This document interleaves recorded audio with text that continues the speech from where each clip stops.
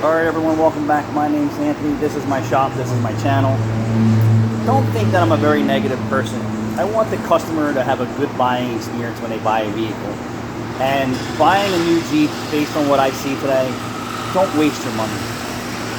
Don't waste your money so you can brag to your friends or, hey, I always wanted a Jeep. Buy a Jeep from yesteryears and restore it.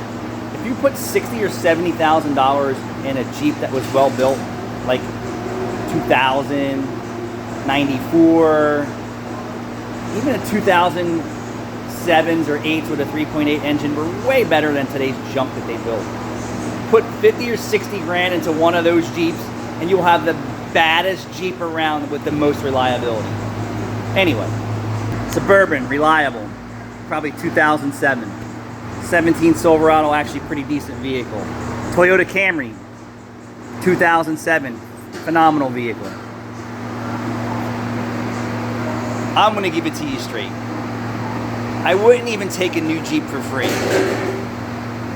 That's how bad they are. Why? I don't want to be married to all the problems. So let's move on. So I got a Dodge Durango. It was here 30 or 45 days ago. After sale used car. AC was low and the air door gear was broken on the driver's side, I believe.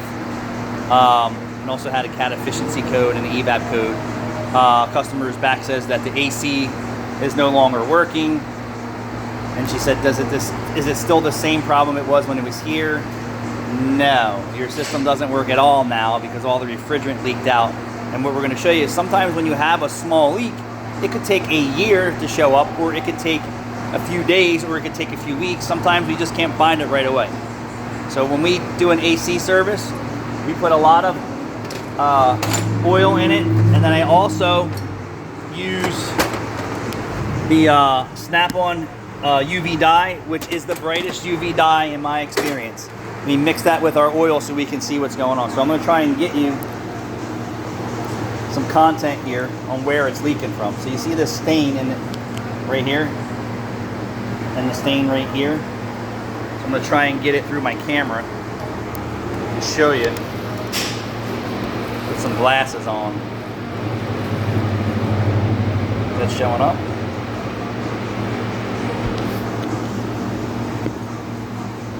I thought that would work.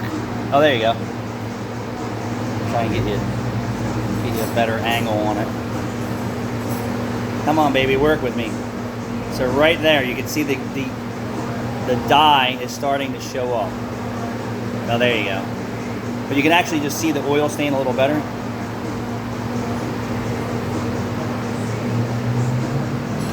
I'm gonna make it a little darker. Oh, there you go. So you can see the green showing up. And then more or less, you see any stains in the AC system, that indicates there's a leak.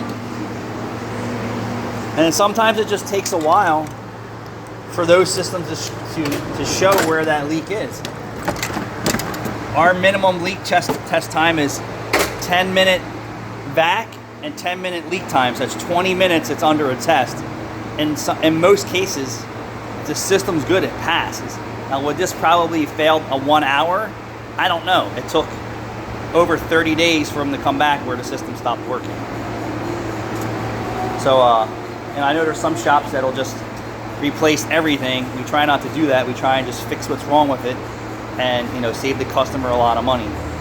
But I wanted to try and bring you the content, why sometimes you have to go back for AC work, even your home unit. My home unit was near 30 years old, if not older, and every year the guys would come out and they would charge it and they would do something to get it working, and then finally the system just wore out and I said, all right, just replace it. But they would come back and top the charge off because it wouldn't go empty, it would just go a little low, and low enough to where it would hold refrigerant and get you through a season. This here, you can see that this sizable leak couldn't hold for 30 days.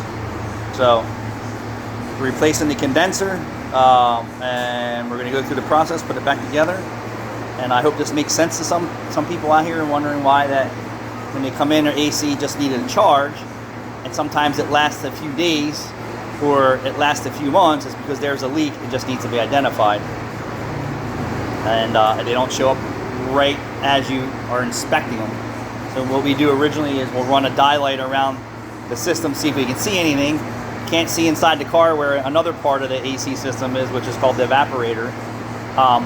And if we don't find any leaks outside the car, the chances are it's inside the car in the front or rear evaporator.